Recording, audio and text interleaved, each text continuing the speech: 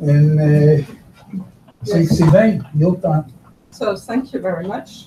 You want to go there? Okay, yes. First of all, I want to apologize for my PowerPoint, the first part. I thought it would be easier for me. And no photo, no film, just text. So I wrote a paper with Olivier Leclerc, who unfortunately was not able to join us, but I would have liked.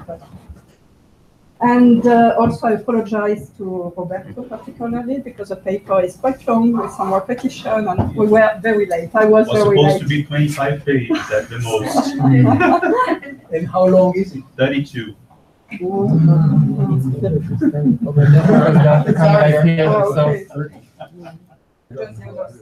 Okay. I don't remember how long.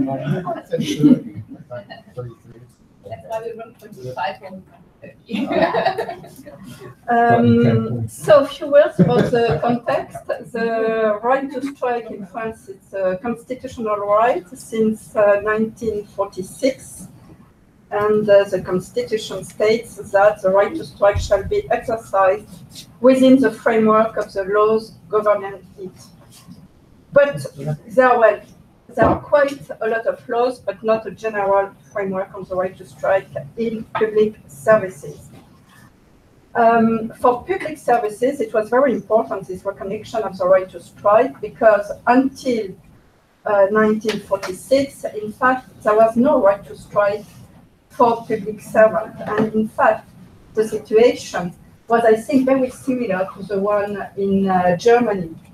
The administrative court, the Conseil d'État, the State Council, stated in all case 1909, that it's forbidden for public servants to go on strike because it's contrary to their obligation to ensure the continuity of public services. So it was really seen as something totally contrary to the statute defined by the law.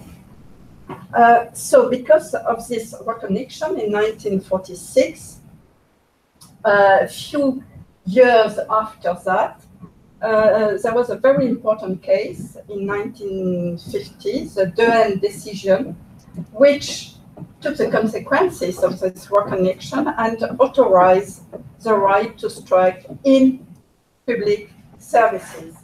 Of course, it will be possible to have some limits to this right to strike, but public servants could, since then, strike in all public services with, of course, some limits that I will present.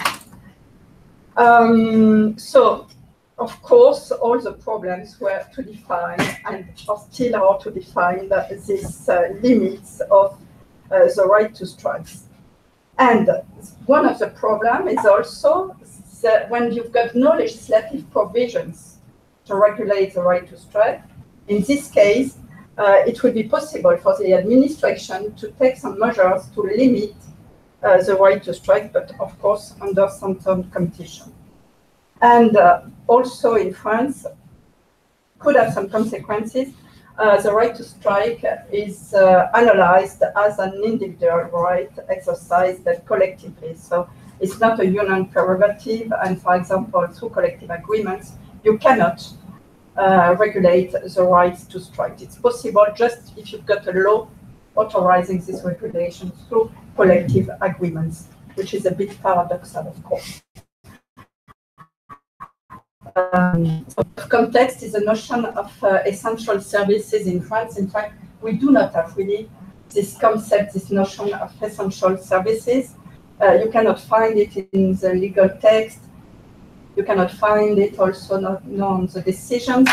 And in fact, the concept used is really the concept of public services, which is larger than the concept of essential services, because you can perfectly have public services which are not essentials.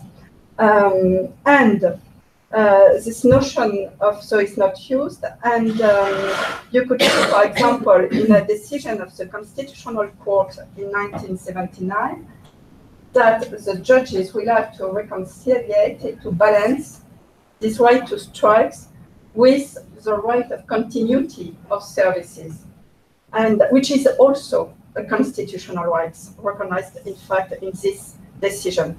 So judges will always have to balance these two elements, but of course, taking into account, for example,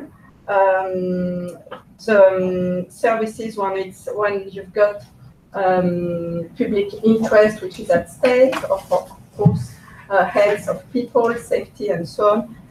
And now more and more also economic consequences of a strike, but it's a more recent elements of the right to strike.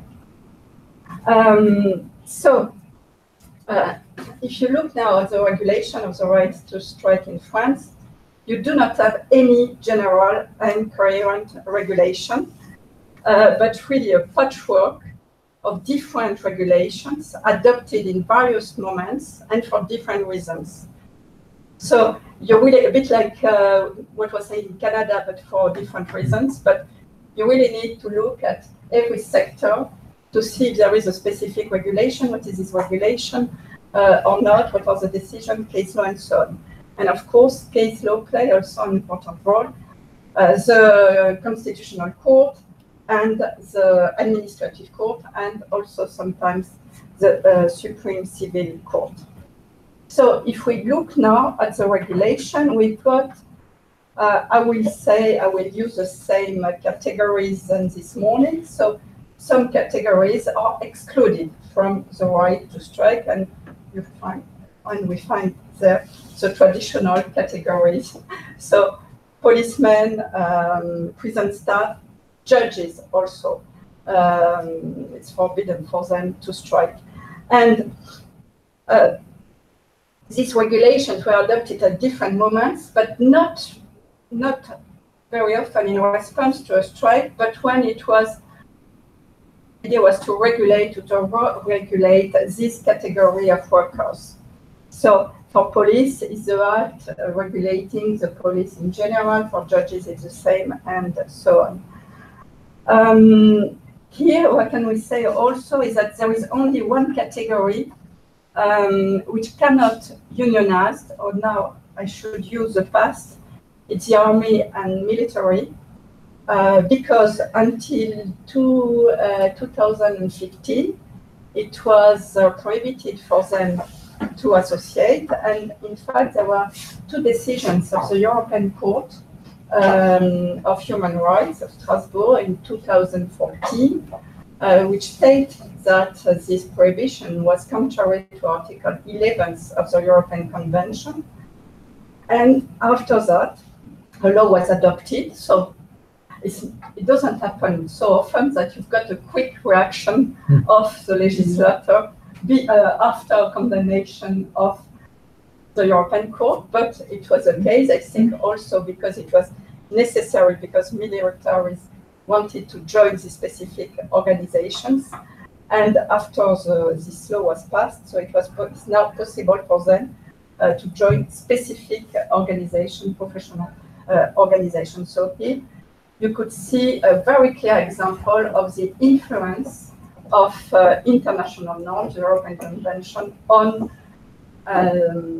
the French law. And usually in France, the influence is not obvious between the international standards of the ILO and the French regulation, but trade unions, when they think that you've got a decision or regulation which is contrary to the ILO standards or to the European Social Charter, they will go to the various committees, international committees or European committees, to claim that the situation is not in conformity with international standards. And sometimes you've got a reaction, not always, but sometimes. And also the French courts are accepting international standards sometimes directly. So here is the exclusion, and I will say that these categories, until now, they are not really striking. There is only one case in the 80s of prison staff striking, and so there was a requisition in order to force them to go working, and it worked. And they and after that, so went back to work, and after that, the sanctions, there was an amnesty, and they could go back to work, and they were not dismissed. So you've got also some regulation of minimum services in some sectors. Why these sectors? Not, it's quite difficult to understand. I think casting sector in the 72, it was at what moment where all the TV and radio in France were state, it was owned by the state. So you've got this regulation, and you still have minimum services in this sector and in aviation safety services. Otherwise, you've got a law adopted in 1963, which is the only general regulation on strikes in public services. So it covers much more than essential services, every public services. And it was adopted after a very important strike of in mines, and after there was also strikes in a lot of energy sectors and so on. So after these very important strikes, the government wanted to react and adopted this law, which is really the only general regulation on strike in France. So the law applies, it's very important, not only to civil servants, but also to every private employed workers in private or public companies in charge of a public services. Which means that, for example, when you've got the process of privatization of the energy sector, it's this regulation which applies to workers under contract of employment or workers who are still civil servants. So this regulation is different from the one applied in private sector. You need to have a strike notice, 5 days, it's an obligation. This strike notice has to be done by a representative trade unions, and the strike notice, the perimeter of the strike, the duration of the cessation of work. But for example, you can perfectly have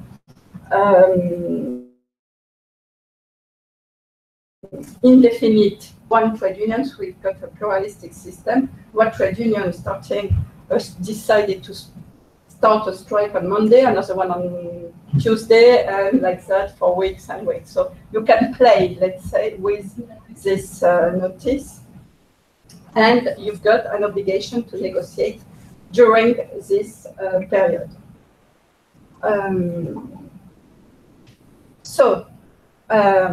Of course, with this general regulation, you can perfectly have a strike in essential services, and it doesn't limit the right to strike in these essential services. So, in this case, oh yes, I forgot. In this case, I will come back to that, but in this case, it will be possible, so when there is no specific regulation, to have a requisition order by prefect. So the executive will order requisition to order workers to go back working. And also, it could be any administration, any head of department. And in fact, this position of the administrative court is really criticized because and it will be possible for a ministry or a head of department in a company to decide of a minimum services and so on. And of course, in this case, you can oblige some workers to work, for example, in a hospital, and it will be controlled after if there is a tribunal decision, and they will control the proportionality of the decision taken by the administration, in this case. And the administrative courts control that the limitation is necessary and proportionated. For example, there was one case of a strike in a hospital, in one hospital, and it was the requisition by the prefect who ordered all the nurses to go back working. All the nurses, it's completely disproportionated, it's not a minimum services. Plus, it was only one hospital and not all the hospitals of the area of the region. So it was totally disproportionated, the tribunal state. So if we look at the evolution of the regulation, you've got another set of regulations adopted recently from 2007 and 2012 in some sectors, so 3 laws. 2007, it was the sector of transport. 2008, it was the sector of public primary school. And the last one, it was air transport. So here, there is no minimum services, but really the idea is to avoid, to limit the consequences, the economic consequences of the strike. It's really obvious, for example, if you look at the second sector, the public primary school. What is at stake? You could think it's education, teaching. No, it's childcare.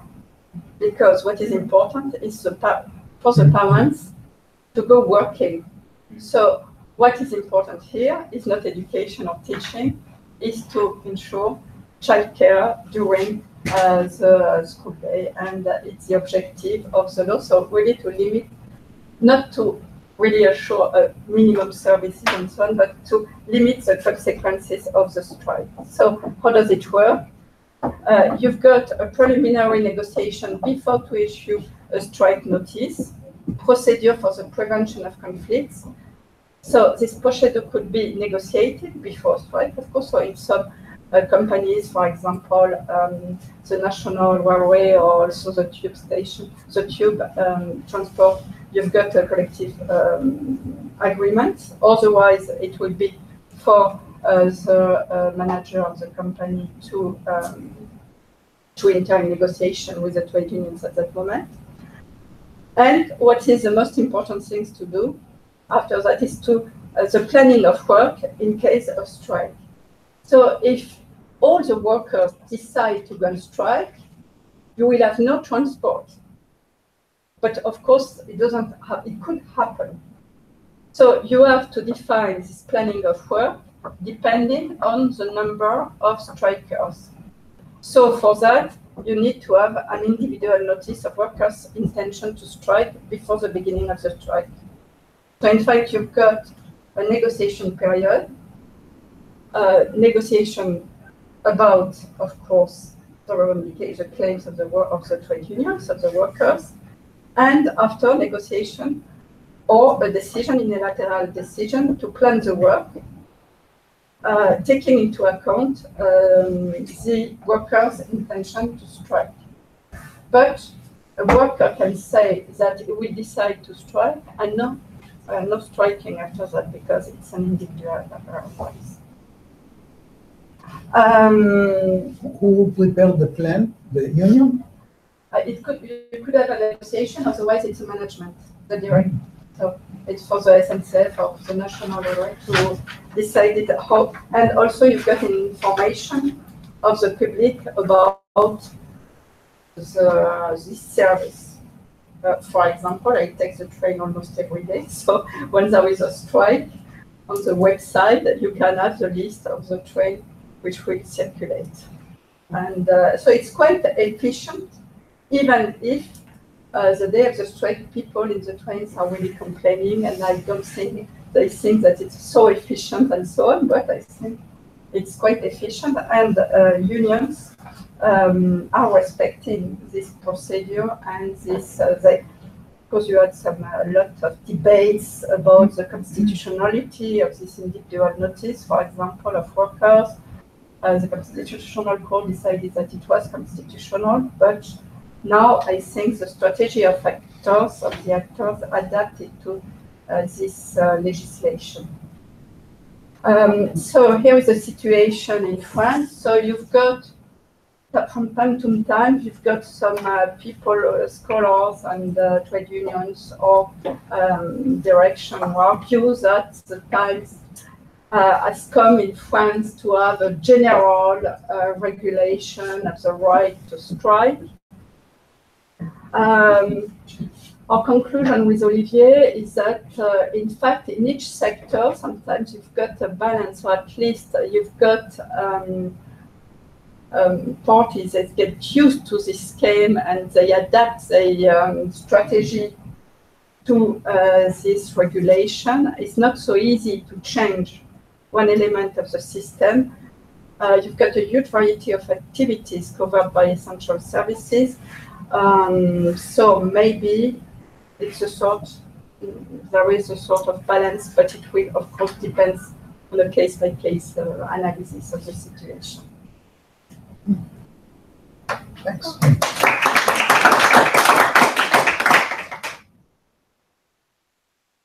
Roberto, 35 pages. Well, first of all, thanks for having me reading the Sylvain's and Olivier's paper. I really enjoyed it, despite its length. I had to go through 4 countries to read the whole paper.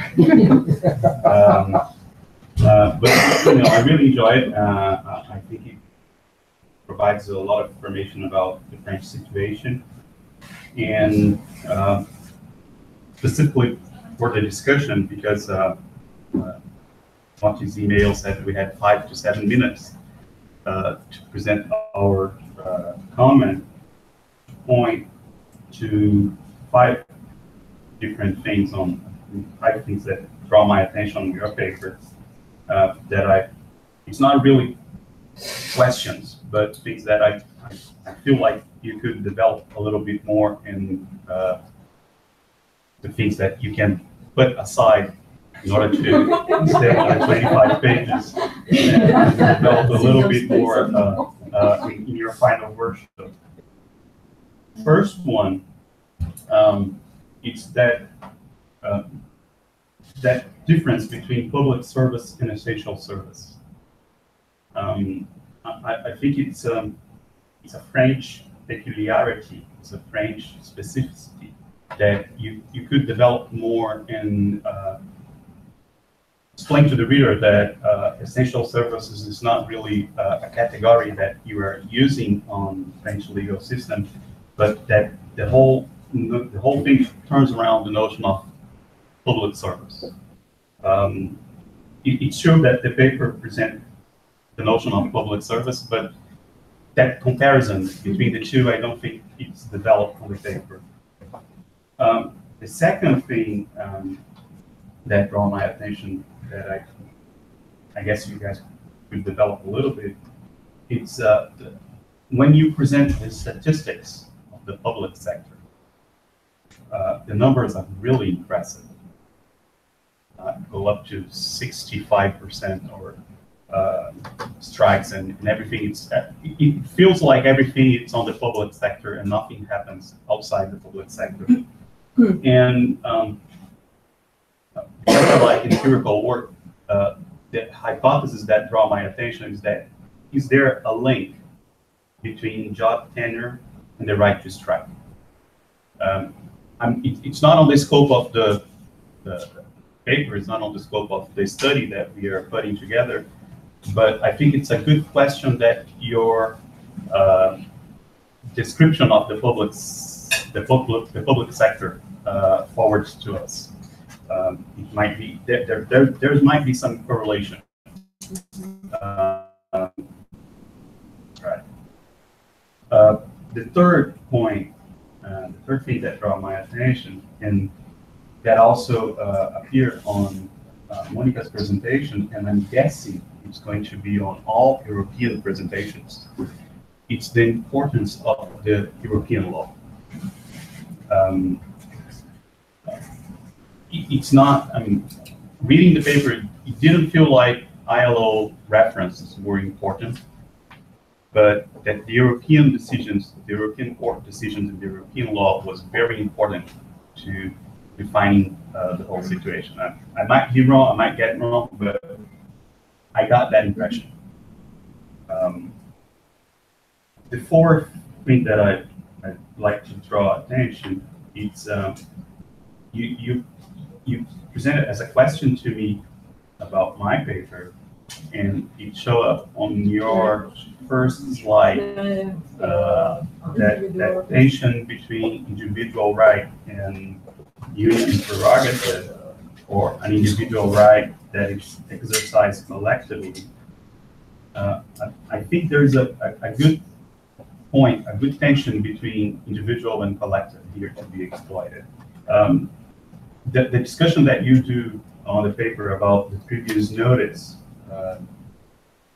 for the unions, and later on pointing out that with the new legislation, some individuals also had to give previous notice, either to go on strike and to come back to work. Gives the idea that that tension could be exploited. There's something here to look at to try to figure out how these things could work.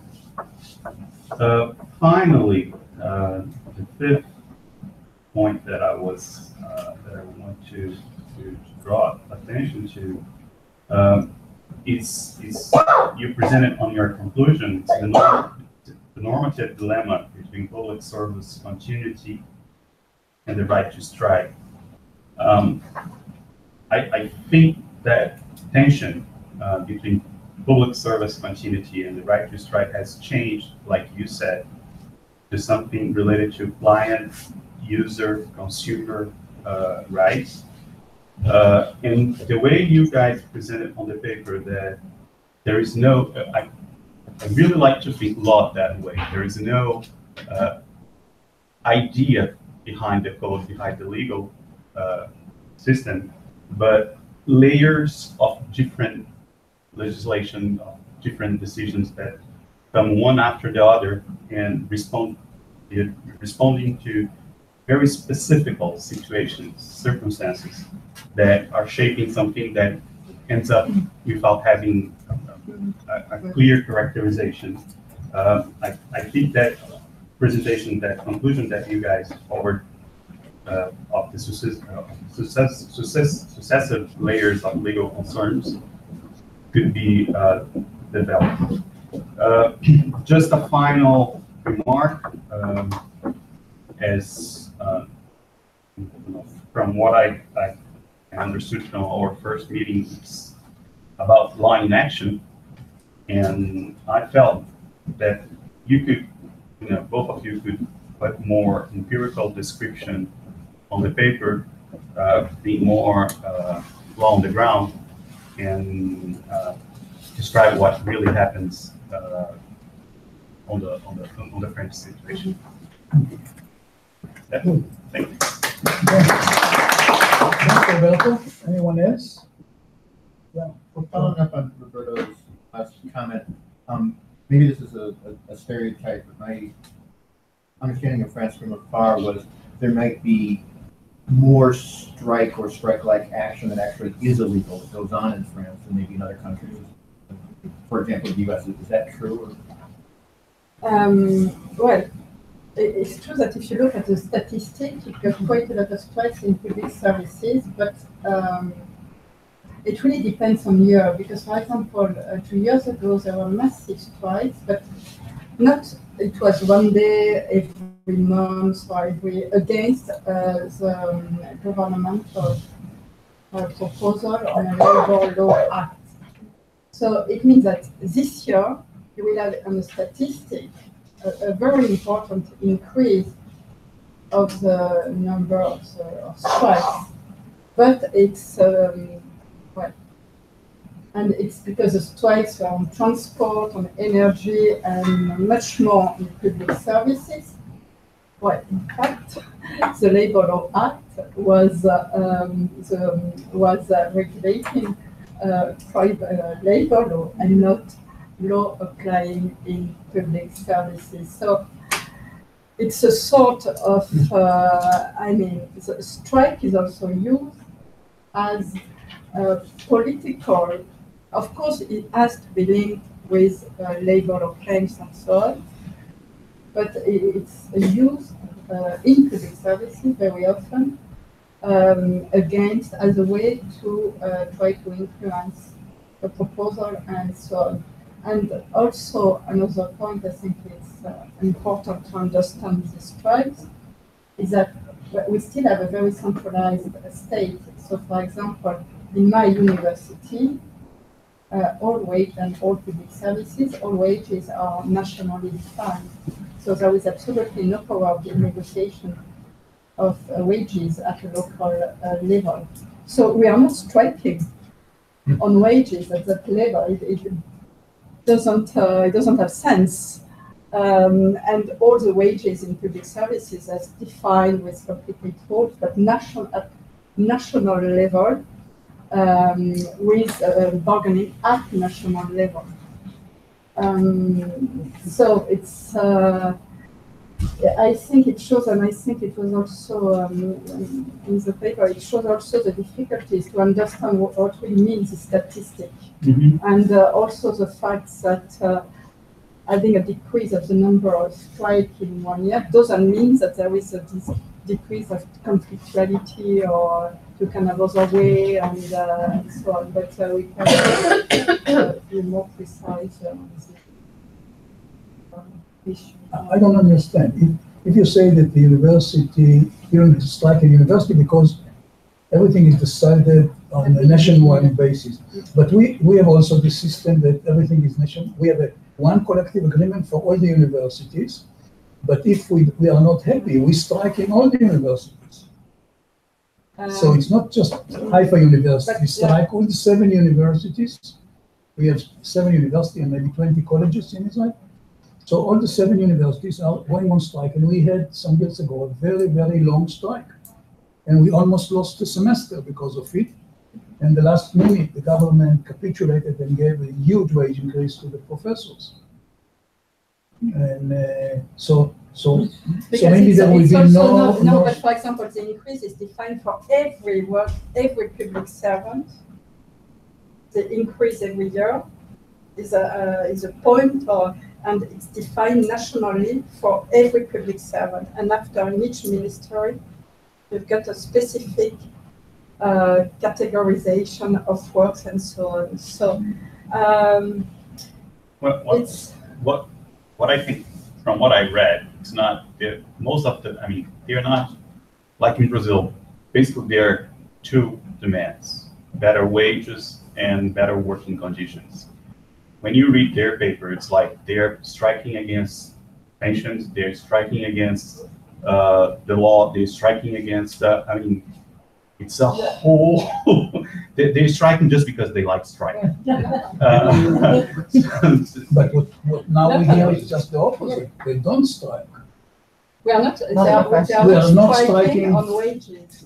We are not striking on wages. They're not striking on They wages. strike on other things. But because you've got specific representation organs in administration to discuss wages and to discuss working conditions. If you have, for example, we have these cases here when there is violence against doctors, the hospital will strike. You know, we say that if you have violence against a professor in university, you go on strike. Right. Fortunately. No, I'm just asking as a... for example, it happens in transport. Right. Transport, yes.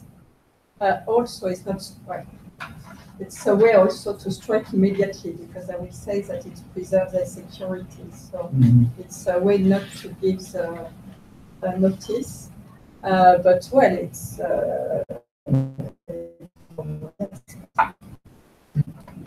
is there a tension? So if strikes are occurring in the context of maintain service, that poses the distinct possibility that strikes could be completely ineffective in achieving their goal because they're unable to sufficiently disrupt the public sector in order for them to have any sway.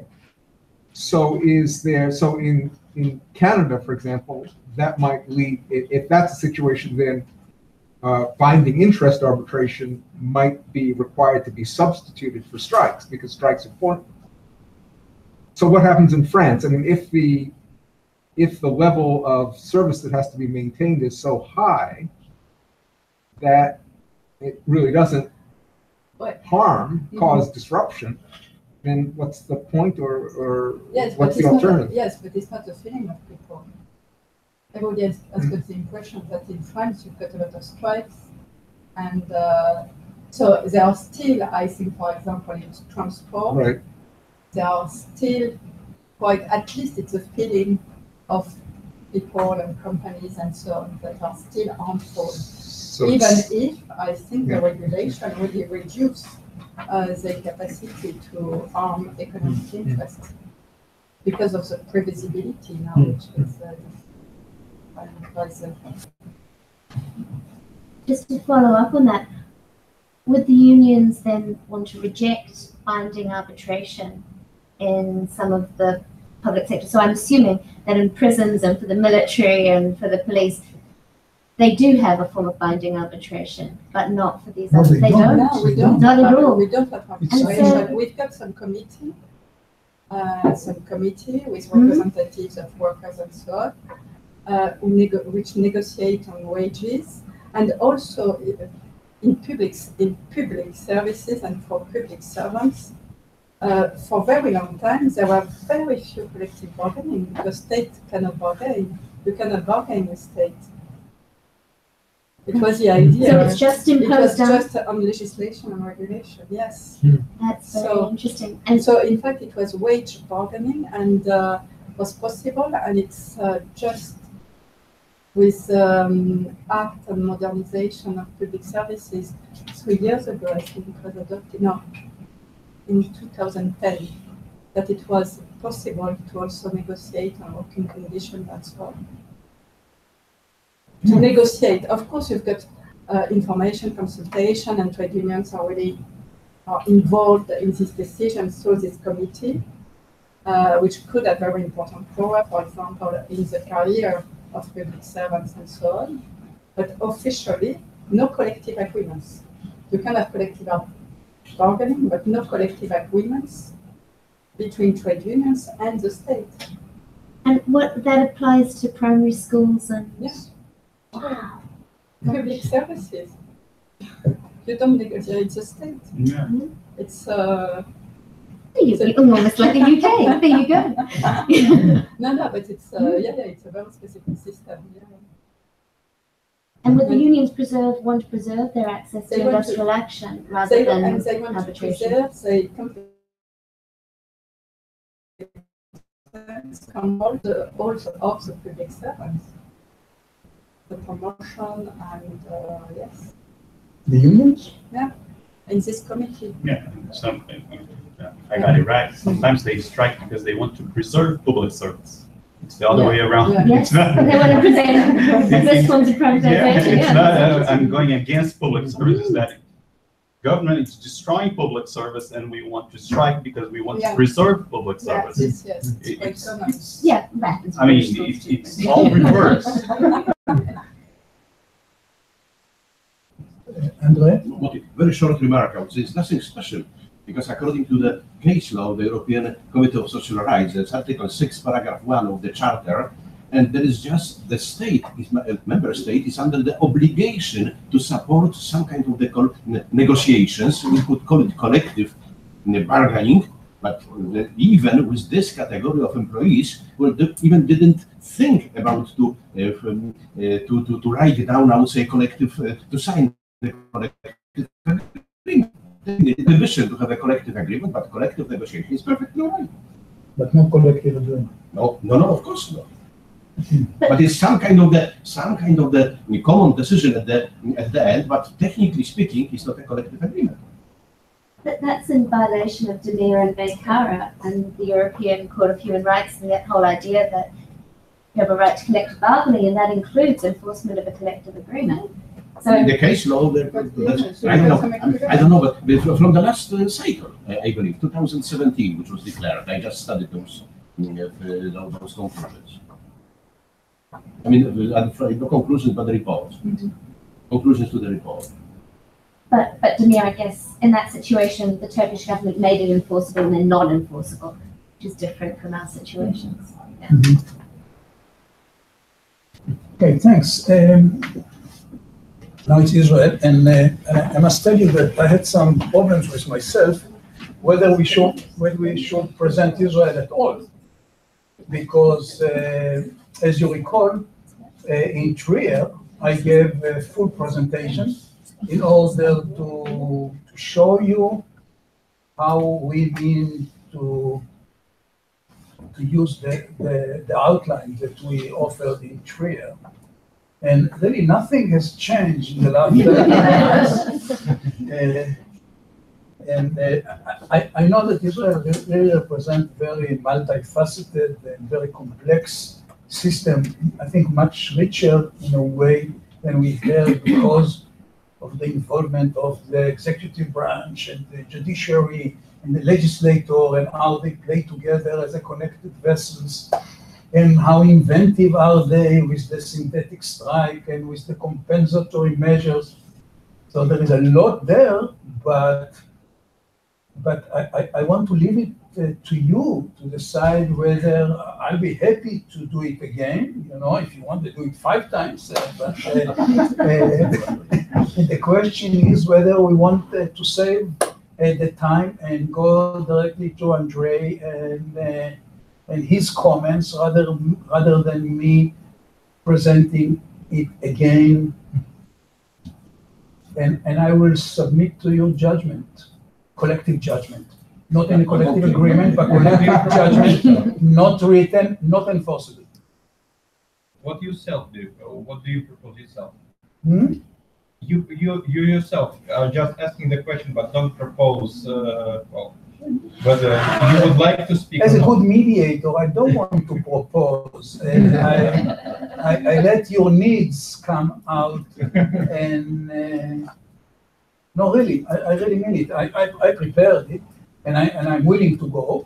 And just I'm asking you because it was just 30 months ago. It was not like 5 years ago when I did my presentation. If I had not been appointed you were not commentator, I would be against it. But I studied your paper, and also I didn't show up in the Trier because I was the victim of the unexpected strike of the Lufthansa. You know? But I'm just kidding. It's up to you. I don't want to waste too much time on the decision whether to present the paper because. So if you propose, I think we can go directly to the comment. Yeah. Yeah, I think we can go to the comment, and then you comment the comment. Oh, yes. Exactly. So we do a reverse order. Okay. You will give the comments, and I will counter comment. Okay. I am not an expert, I would say, on this on Israeli collective labor law, but I read the Moti's paper. It was really a pleasure, and I learned a lot, even if I am in this business for a certain period of time. And I spent 2 terms in Strasbourg, so I am quite familiar, I would say, but only with the European perspective. And there are few main problems, but already, fortunately, I would say you use this alphabetic order, so the Poland is after Germany and France, so it's not necessary to explain, I would say, the common thing. Also, I have to make some notes that Moti presented the paper 33 pages, because it was not for camouflage. He didn't number them. I just simply for some kind of the comments, I numbered those pages. By the way, I just want to say something to my defense. When I counted the words and I made it, according to what Christina's guidelines, it came exactly the number of pages. Okay, so just. There are certain issues, I would say, which, I mean, important to me, and according to my estimation, they were not quite fully presented, I would say. And some of them, they are already presented here. Main problem, there is a relationship between freedom and the right to strike. And from this point of view, I would say that Motis had mentioned, I would say that's about the freedom, and then he started to talk about the use, the notion of the right to strike and describe this.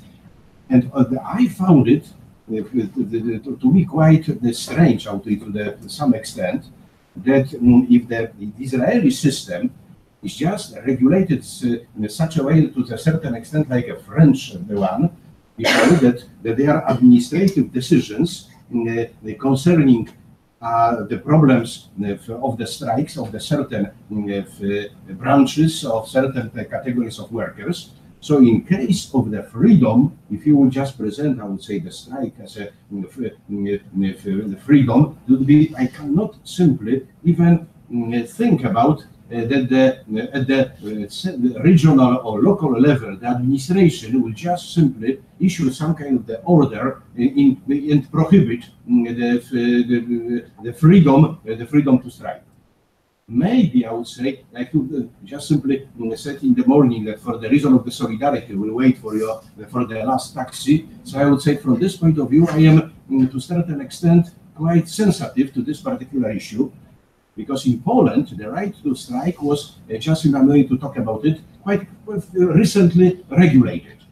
But the most recent decision of the Constitutional Tribunal concerning the people who perform some kind of the work, but they are not technically speaking employees, they enjoy freedom. So from freedom to strike. And the freedom to strike cannot be regulated by the administration. To a certain extent, I would say the only legislative powers of the government in this particular occasion could just simply interfere just to block the certain type of the right. But in case of freedom, no way. So it was the problem in Poland in the 80s when Wałęsa himself, and after the Solidarity strike in Gdańsk, they were slightly afraid and we were not certain whether or not that will go on strike or not. So decided, we have a freedom, we know it, we enjoy this freedom, we could do whatever we want, no consequences whatsoever, but just to make certain, why don't we have a legislation and the right to strike is just simply guaranteed there. And then, right now, they are talking that we were stupid, I would say, at the time, because we just simply exchanged the freedom to strike with the right to strike. So for me, and my perspective, freedom to strike is much more important than the right to strike. So the main issue, it would be just probably, I would say, to readers like myself, just to explain a relationship between the freedom of strike, the freedom and the right to strike, and not to maybe to the certain extent use either the freedom of certain situation, freedom of certain the rights. Here, that my impression is that you just simply decided to drop, I would say, the concept of freedom and to just set is the right to strike, even if it's not regulated. Which so just I warn my attention. And so those legal basis for the strike activity, administrative regulations is in Israel, judicial branch, but also is quite interesting here as far as the judicial branch is. We are talking about the judicial branch. The judicial branch is acting like a mediation, facilitation service, mediation service. So from this point of view, it's also some kind of very characteristic feature of the Israeli labor law system, especially from my perspective, because in Poland, again, I would say, I just compared, I would say, to my knowledge, I mean, the judicial branch in Poland is not so ever, you will be surprised, involved in the collective disputes. No injunctions, nothing like that, I would say. No, this is based on the very basic principle that the strikes concern the people's interests, but judiciary is being busy with the rights and obligations regulated in law. From this point of view, between employment law and collective labor law. So individual law or collective labor law. And here I have some, maybe it's not a remark, but later it will be the questions. Especially, and also I thought that Sylvian, she took still the show from this point of view, but concerning the definition and notion of the public sector here in the Motis paper. So from this point of view, it also needs some kind of the additional explanation. And Sylviane used for the first time, even today, that she said public sector owned, and also sector owned by the state. And she gave an example, public company. In Poland and in the Eastern Central Europe, there are still some consequences of the past system, I would say the different political system, when the state itself was the owner of the all undertakings. So from this point of view, the state still also, to a certain extent, controls certain undertakings. Important just to carry on services, among them also essential services. So we need really, I would say, some kind of the explanation that the public sector is not only the civil sector of the state, but also the public sector, I would say, which is on the equal basis with the private sector, but not owned by the private owners, but by the state as owner. So in the comment of the Roberto concerning Sylviane paper, it was the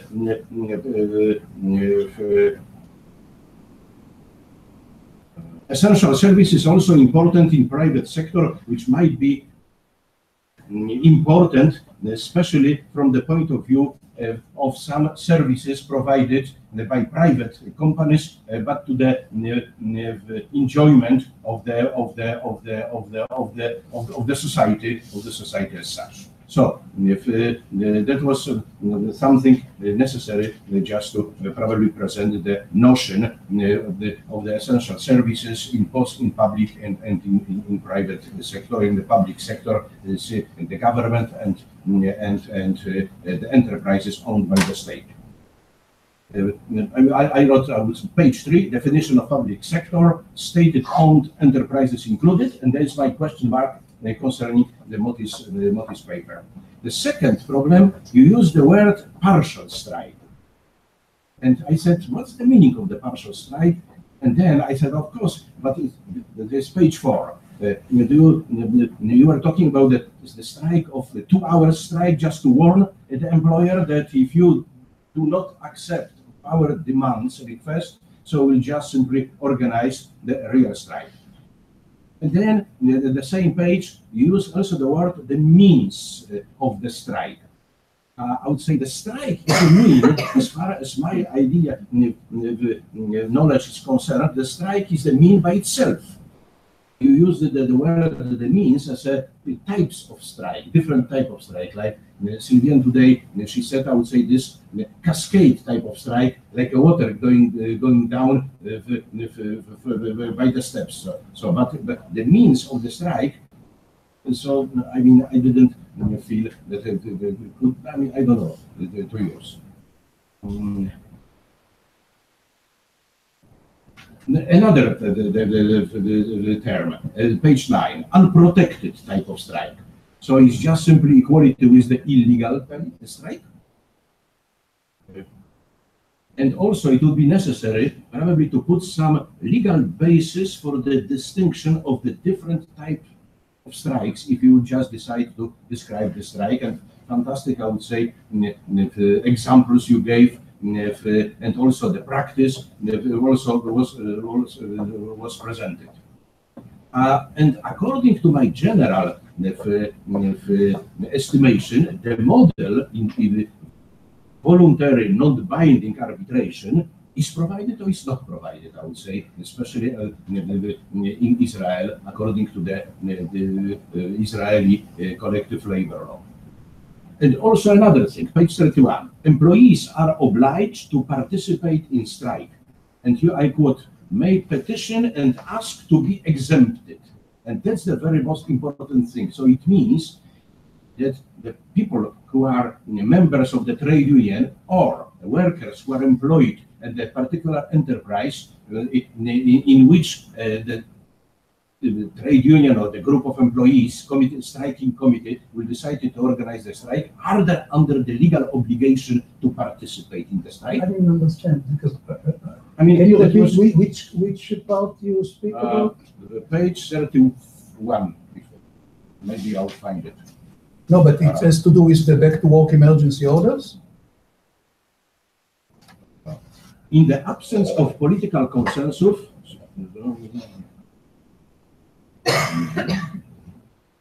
here, at the very beginning of the page, every person or enterprise may petition the exemptions committee and ask to be exempted from the strike. And so No, it's the enterprise asked to be exempted, or a client. For example, if there is, this is about, this is a very, I have not heard today anyone speaks about it, but in Israel, it's something very important. This institution of called exemptions committee. When it's not minimum service, it's an addition to minimum service. The union will say to the court or to the public, we are going to open to institute an exemption committee. So every enterprise can come to us and say to us, oh, I have some merchandise, they are very important, they cost me a lot of money, I'm going to bankrupt. Please exempt my enterprise from the strike. So provide me with electricity or if there is a strike in the port, please take my cargo out and give it to me, because otherwise a lot of people are going to lose their jobs. It's not the employees who are asked to exempt it, it's the people from the public. For example, I'll give you an example. We had in the electric company a strike, and they say we are not going to connect new clients. This was the strike. This was what we call partial strikes. They just say no new accounts. So now you move to another apartment and you have something, something medical that you need electricity for. So you come to them and you tell them, I don't need this electricity in order to have the television on. I need it for my life. Can you just connect me? You don't connect others, please connect me. This is what. Okay. So it's the exemption was. Because I just simply concentrated on every person. I said every person is the only person who take part in the strike. So from this point of view, I'm sorry for this. I apologize. And also, it is a list of the essential services in Israel. Do you have a list, some kind of the list of the essential services? Yeah, we have. As I say, in 72. And the last remark. How successful is a judicial non-orthodox modus operandi when also, I would say, it's not adjudication, but facilitation only? So that's probably the third most important issue here. Thank you very much. Okay.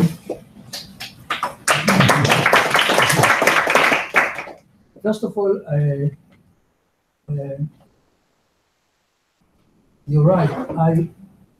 I followed the Israeli jurisprudence, and we do not really distinguish. We don't follow what we call the Hofeld paradigm, and we quite a lot mix freedom and right. However, the courts say, at least the jurisprudence of the labor court, that there is no right to strike. We think that freedom is less than a right, and they say that it's only a freedom to strike, and as a result, you can restrict the freedom of strike either by legislation, by case law, or by contract. Okay, so we think that freedom is less than a right. But in my paper, I make the same mistakes as is going like a common thread in our jurisprudence, that I speak about right and freedom as if they were synonymous. So you're right about it. Now, you say, I don't understand how they issue back to work emergency order. I said they use the emergency order, back to work orders, because Israel is still under emergency since 1948. And under the emergency law, and power minister for 3 months to issue, to empower others, or issue, she or he, they can issue particular orders to bring people back to work in order to assure the supply of essential services. So it's by law, there is no question about it. And as I wrote in my paper, up to 2000, the government used it a lot, quite in some years 3 times a month, and now they hardly use it. It's so interesting what happened in Israel that the government ceased to use this back to work emergency order, and we had one tort case, and I think it's written in my, that the government was sued in tort because they didn't issue emergency order. What happened? I think I told this story in Trier. There was a strike of lifeguards, and it's well known that all the students from high school, at the last day of the high school when they are 18, just before they go to army, all of them go to the beach, and there was a strike by the lifeguard. The cities went to the court against the lifeguard, and the court refused to issue injunction. So they worked only 7 hours, and at 2 o'clock they left the beaches. And then the kids came, and one of them drowned, and then became really paralyzed completely. And then his parents sued the municipality, the union, and the government. And they sued the government because they didn't back to work emergency order against the lifeguards. And it's interesting because you speak a lot, I think, about tort. You know, Morris wrote about it many years ago. And in Israel, in the courts, twice the union had to pay huge amount of money for tort claim in strike in essential services. And I know it's in many countries it's very rare, but in Israel it happened twice. Very effective. Okay. Now about, you're right. This is a very peculiar situation, and whenever I speak with people from other countries, and I say to them what the courts in Israel do in strike in general and strike in essential services in particular, they say. And I wrote in my paper that our Supreme Court, not Labor Court, Supreme Court, they were sitting in one case, the case Gadi was involved in it, 22 hours with the parties, facilitate agreement, but the agreement was not about minimum service. The agreement was not about the strike. The agreement that they tried to settle is the underlying dispute, the economic dispute. And what they try, quite often, when they don't settle the dispute itself, what we call a substantive facilitation, they do what we call procedural facilitation. What I mean? They to an agreement to go to arbitration or to go to mediation. And they go in such details, for example, that they will dictate who will be the mediators. I remember we had a big dispute in Israel, and the president of the Supreme Court, in the middle of the debate, she called me home and said, Moti, will you mediate this dispute? Involved. And in some other case, the case that Gadi was involved, the judges of the Supreme Court, because they were approached by a public petition, which is something that is used in strike and essential services, they appointed the arbitrator, and they themselves wrote the submission of the arbitration. So it was a huge debate whether, for example, the arbitrator is empowered to decide about manning, which has to do with the management prerogative, and whether the arbitrator can decide about whether the government will pay on the days that they were on strike. And they insisted, and they said, we are not going to settle unless the arbitrator will decide on this issue. And the court was involved, and this is the reason why it took such a long time. Now, the labor court really invented this idea, and this is the reason why many cases, when they ask for injunction, it's very interesting. People cannot understand why the court decide to schedule the beginning of the hearing for 6 o'clock in the evening. Why they do it? First of all, we know that people settle much better at night. This we know from collective bargaining. And secondly, ask the Prime Minister or the Ministry of Justice or the Finance Minister to come to the court. During the days, they are very busy, but they can wake them up at 11 o'clock at night and ask them to come to the court. And this is what's going on in the middle of the night in the court. The people some people here are sitting and they know it, they experience all the time. In the middle of the night, they bring the Minister of Justice, the Finance Ministry, the head of the Histadrut, the labor movement, and they work together in the court. And they are extremely successful in it. And also, if they don't settle, they do something else. They say, we are going to give special services of the court. We are going to accompany the negotiation. So they really act as a permanent facilitators of the negotiation. They ask the parties, you have to come every 2 days to tell me if you made any progress. You have to schedule at least 3 meetings every week.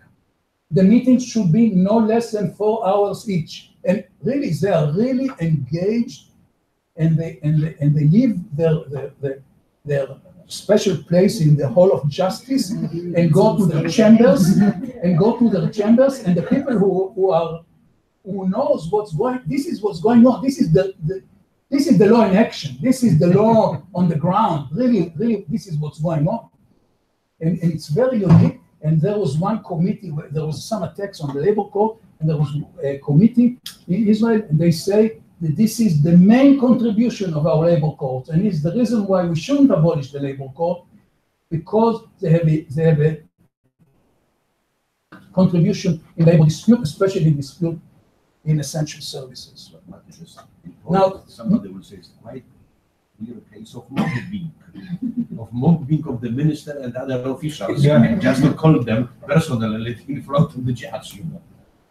Yeah, I call them facilitators or mediators with a cloud, because you know that if you don't agree, at the end, we are going to issue an injunction, and they did. They tried to do it in a big strike, in a high school strike for a long time, and then the head of the trade union didn't agree to anything, then they decided to issue injunction. A very, very tough injunction against the strike. Now, you say, but it's not clear, maybe I have to do it. The difference between unprotected strike, illegal strike, and what is a strike, and what is partial strike. So first of all, I must tell you, in Israel, most of the strikes are in the public sector, 95% of the strikes, and many of them in essential services. Usually the strikes are partial strikes, meaning that the doctors will say, okay, we are on strike, so we operate only on a skeleton crew, but you will say maybe minimum service, but they decide to do it this way. Or instead of coming to work at 8, we come at 10. Or we leave early, like the lifeguards. They leave after 7 hours. At 2 o'clock, they leave. They don't care about people who come to the beach in the afternoon. So this is what we call partial strikes. And the court decided in a very important case that partial strike is a strike. For them, it's a strike. So you have to give notice. However, you get all the immunities also if you do partial strike. I know that in some countries, there is a debate whether partial strike is a strike or not. In America, I think I'm not sure about it. There are strikes. There are strikes. Any collective action. is a strike. Okay. So in Israel, now, so what is the meaning of strike in Israel? That if you are a strike, it's protected in a way that you have immunities against breach of contract, using a breach of contract. These are the two immunities. Now, when they in 72 changed the law and say we have a special law for public services, it's not public sector, it's public services. Some of them are private, some of them owned by the state, and some middle. They say that if you strike what we call either during the time of the contract or without notice or a wildcat strike, this will be unprotected. So you lose the immunities. This is the only thing. So this is the notion of unprotected strike. We don't have the concept of illegal strike. Either it's a strike or it's unprotected strike. And if it's if it's what you call here illegal strike in Israel, it's a strike. But if it's not according to the law, you can ask for injunction, but it's not really illegal in a way. It's I think you have to this is because also we don't have strike replacement, because there is no question about it, that at the end of the strike, you have, the strike suspends your personal employment contract. That's all. So you are back to work. There is no question about it. Nothing can be done to you during the strike. Now, what we spoke about the voluntary non-binding arbitration, I don't know. I didn't think that this was the concept, but what happened, and this is something very interesting, I think, to learn from Israel, that in '72, when they introduced this unprotected strike in public services, not in public sector, they wanted to give compensatory measures to the employees. They felt very bad about it. You have to remember, '72, still the Labour Party is controlling. They don't want to intervene in strike, and here they have a lot of pressure to do something. So they decided to do something, which was nothing really, not substantial, nothing, but they gave compensatory measures. And they gave two very interesting. One, they say, they thought that the unions are going to use it. The union, if there is no way to solve a dispute in a public service, you can ask for arbitration unilaterally. Okay, so it's not compulsory. It's like if there is nothing. What happened, by the way, people hardly use it, and mostly who used it were the employers. Very interesting. Just the opposite than it was expected. And the second compensatory measure was that because we interfered with the right to strike or freedom of strike of the union in the public services, if an employer breached a collective agreement in the public service, you can ask for punitive damages only in the public service. This was a compensatory measure to the union. Interesting enough, the unions have never used it. There is no even one case of it. It's a lone action. You see, you give something, you think, wow, this is going to be something very special, but people, and the last thing you say, whether there is a list, yes, there is a list, and the list was introduced in 1972, and it composed of places that are operated by the state, by local government, central and local government, and also by private. Since '72, there was a lot of privatization, and quite often you see in the list some like air transportation. Air transportation is completely private today. Then it was not, it was half private, now it's completely private. And so many of these things have nothing to do with the public sector or state. Some of them are state, some of them are not, but in all of them, strike will be unprotected if it's not according to the restrictions. More, since I didn't get the presentation. Okay, so Break. Break.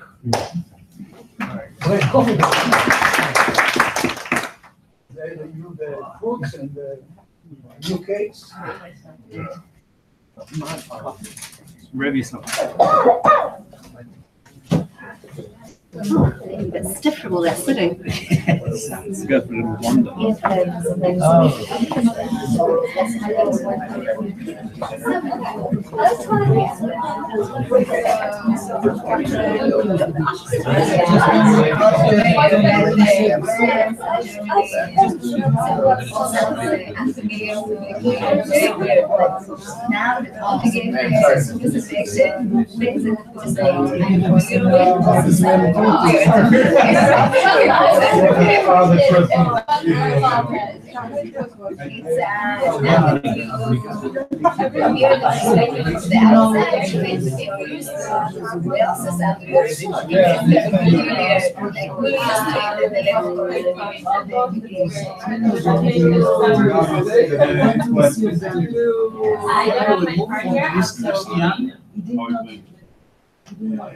Except that I They're looking at quotes.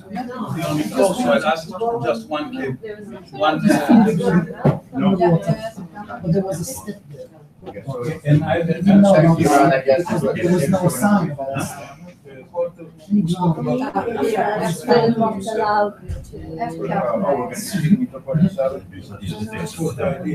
No. Okay, so, well, whenever.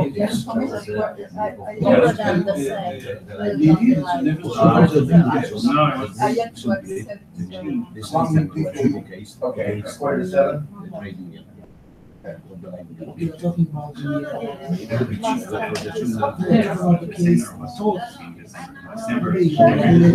December, everything was fine.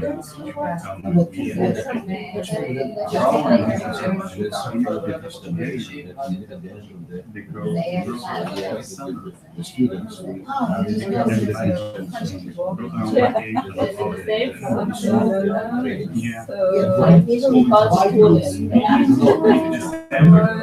Until that. Yeah. Look, I practice too. When I was still computer names, and even for me to be here, I know I this. spent some It's not a responsibility. Holds the union responsible.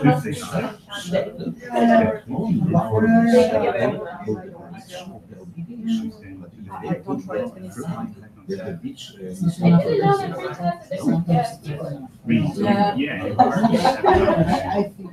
But it's mostly the same.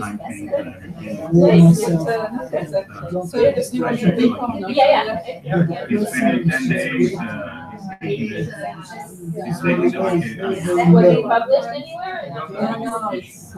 No, actually, we do. The problem is everyone knows. Yeah, I won't,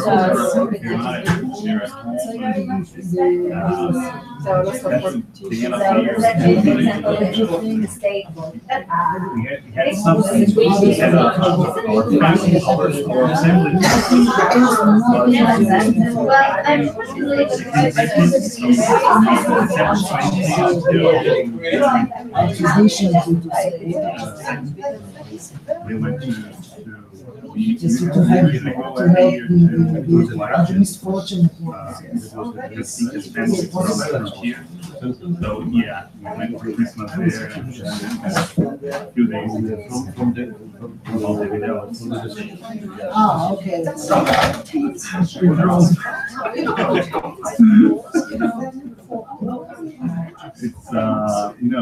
I took the airplane to Colegio, which is about 2-hour trip. Half of the way, and then we drove from Colegio to Montevideo. That's 18 hours. So 18 hours.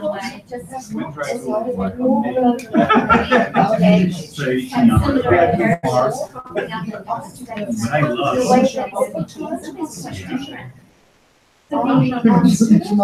no shorts. Everybody that boats. The other water is inside with the flash of the river. And then you have both sides. We usually go to Punta del Este, you have ocean to one side and river to the other. In some Montevideo is only rivers. But yeah, it's beautiful.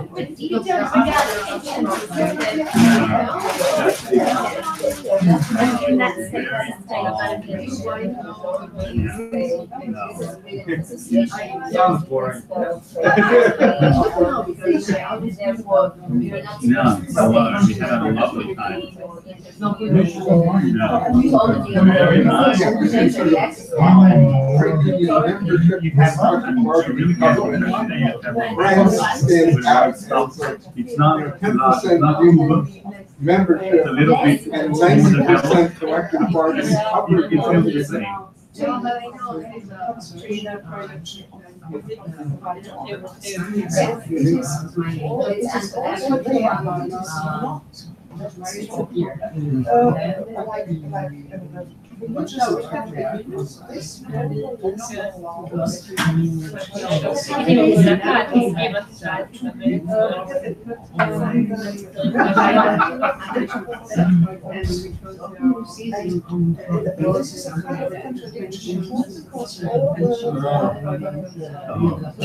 You should go.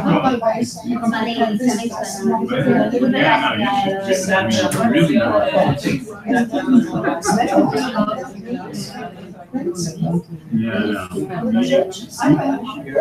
we should do that every year.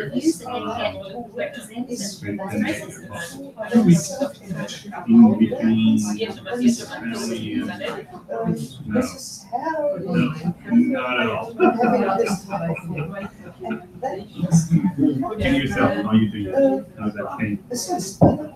Yeah, no, absolutely. There's an office that is firefighting. Matthew was very kind because we were supposed to be their orphans. It is dangerous, but it's also always so what they're saying is if you make us work 14 hour shifts, you're going to do writing block that. And I look at the paper, the paper looks back at me.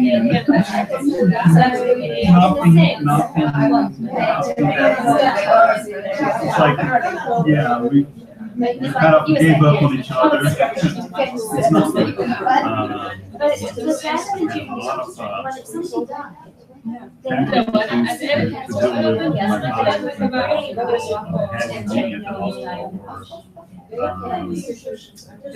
Something like 18 the last 18 months, the last 2 years. And I was really, I'm sorry, I'm just really. Now he wrote me like, oh, maybe we should exchange, and he published the paper, the collection paper that was supposed to be published.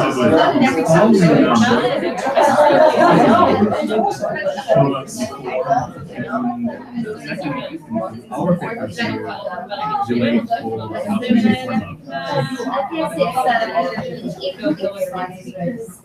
oh, I finished. I wrote it. So I was still having a hard time, but, and I felt sick. I got sick.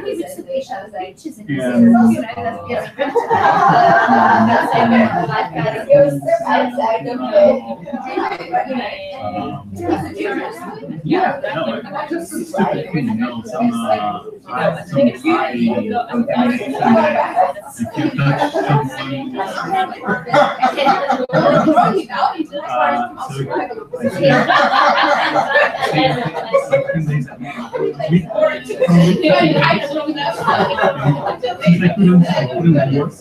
because I was not and the whole day I wrote the paper in and I started discussing with Matthew because the paper had a big quantitative database that I was explaining, you know, how and we had a long discussion with him himself plus the other editor and they advised me, please take that off. Just say that database is available. Yes, it is. If If a reader wants to have the database, just tell him, just write on paper, it's available, you just have to email me and I wrote just a little note at the end. Methodology note explaining how it was done. And it had it's about 10 to 12 pages. It is not a big piece, but I think it was pretty But in terms of social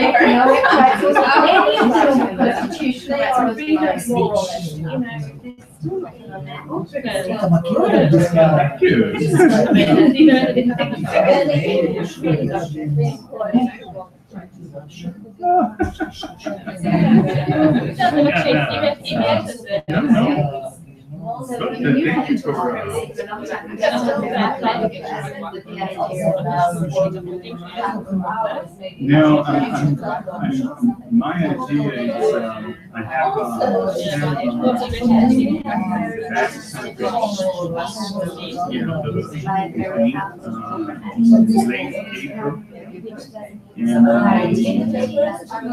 And there's, I have 1 week teaching in Paris, in Nanterre, in late April.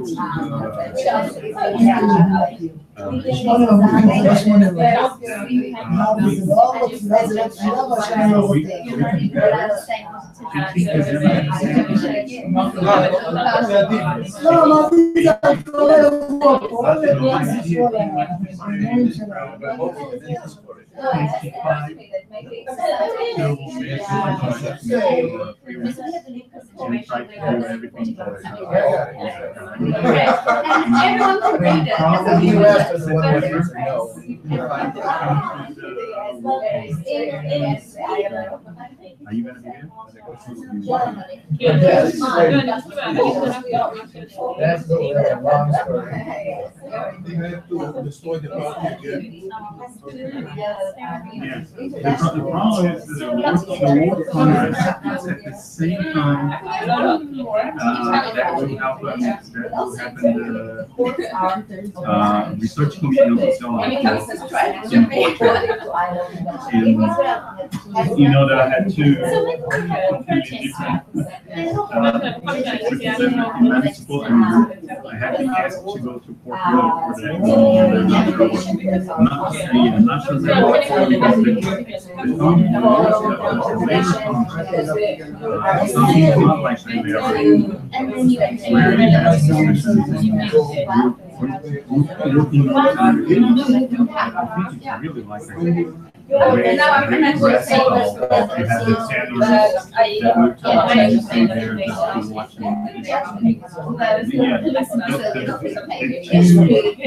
I went to 2 previous World Congresses.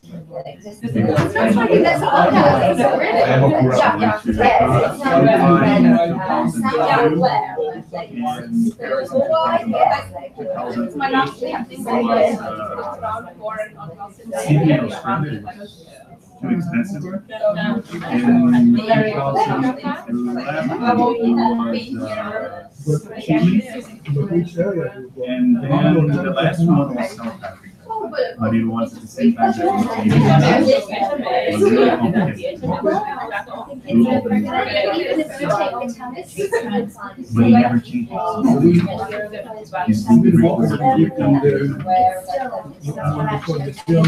There's no individual association. It's all through the national system. My national association, people from Sao Paulo, they appoint each other.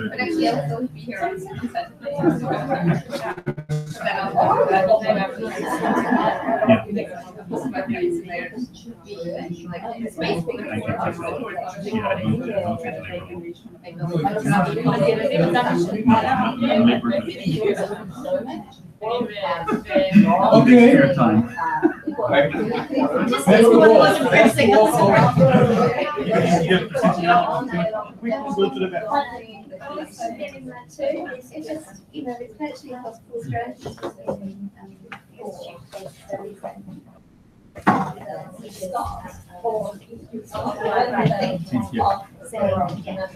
We need more measures, more measures.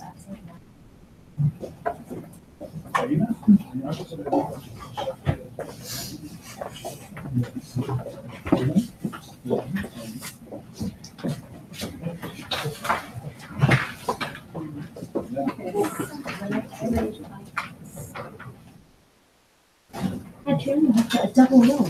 Yeah. Double face. Okay. Welcome back all.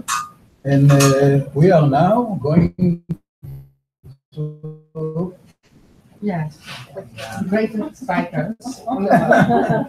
With Greece, we share this record. So, first point, I'm not going through the paper. For me, this is message for Nikita. About history of the regulation of strike and on and so on. I just want to focus on few issues, trying to contextualize them into the problem of law in action, the focus on law in action. That's what we had to do. I want to wait for Roberto. Do you mind if you wait for him just a moment? I mean, She's left, talking he about- was He here a said minute- that way for me. He was He'll here- be there. he was here a minute ago. What do we do if he's on strike? He promised he's going to come gonna back. strike. He promised. You're going on strike. He's on strike. Are you, Harry? I'm She's very gonna lucky. go slow. I'm very lucky that Sylvain introduced the French law in few moments ago. You haven't forgotten what she said. Save us. Maybe yes. I'm If sure. Roberto is here, we can. Roberto is here. So with the French, we share the not the definition, but a norm in the Constitution about strike, the right to strike. So the Italian Article 40 was copied from the French Constitution, and we have the same declaration in our fundamental chart. And this link with France helped me to explain something that Roberto reduced to the phrase they strike whenever they want for whatever they want.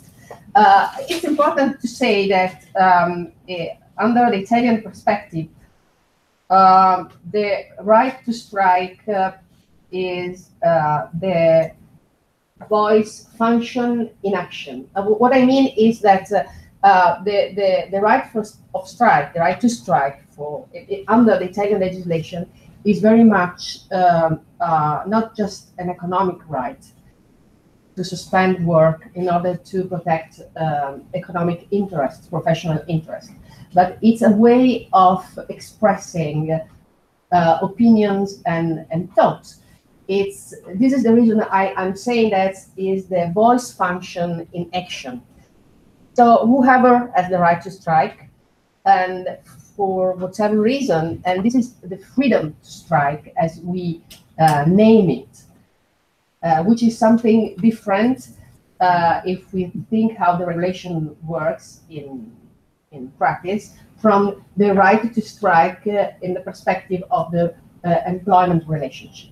The freedom to strike, the right to express the voice through a strike, through an industrial action, to the suspension of work cannot be denied to anyone. So judges, they are Beamte and they are civil servants, they in Italy have the right to strike. No one is saying that judges cannot strike. There is just few exceptional categories of workers or employees, whatever the relationship they have is regulated, whoever they are, that cannot technically strike. These are police officers, national police officers, and members of the army.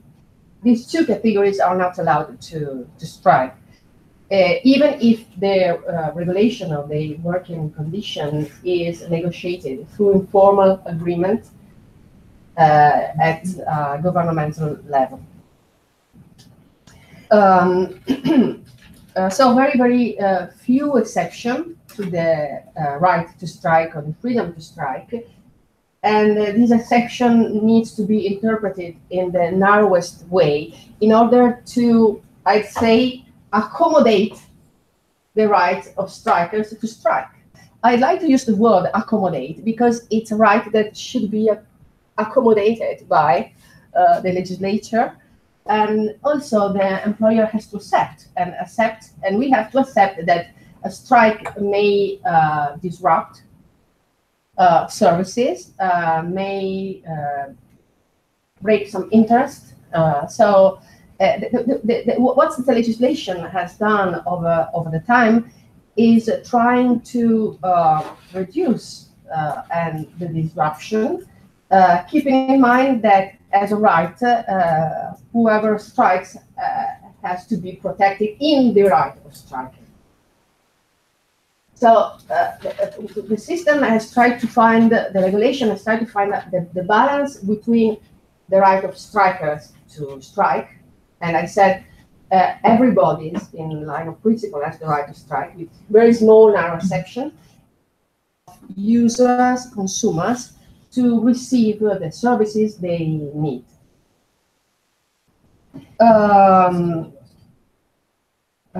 The second point is important to focus on in order to understand our perspective is that what we don't want is of codes into industrial conflicts. And you know that strikes are mainly linked, not only because we have the French perspective, and so strikes sometimes are acted in order to obtain